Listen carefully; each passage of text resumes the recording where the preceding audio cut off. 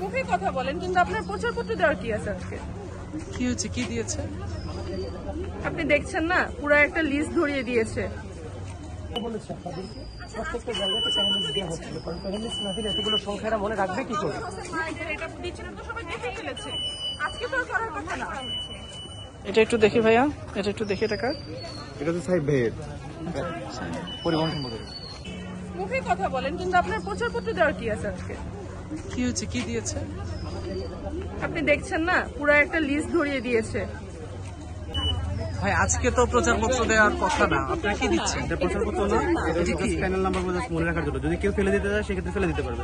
আমরা এখানে ভোট চাচ্ছিলাম, অন্য কিছু চাচ্ছি এখানে না। তো সবার নাম ছবি দেয়া, তাহলে তো এটা তো প্রচার না। এটা প্রচার কিভাবে? জাস্ট হচ্ছে নাম্বারগুলো যদি ভোট চাওয়া। আপনি কি করে এনশিওর করবেন যে এতগুলো মানুষ ভোট দিবে, এতগুলো নাম্বারটা মনে রাখতে পারবে? সেটা আপনি তো, এটা প্রচারপত্র তো দেওয়ার নিয়ম না। ভাই আপনারা কি দিচ্ছেন আজকে? কি এগুলো দেওয়ার কথা? মানে প্রচারণা কি আজকে চলার কথা? প্যানেল নাম্বার মনে রাখার জন্য। আপনি কি দিচ্ছেন দেখে একটু?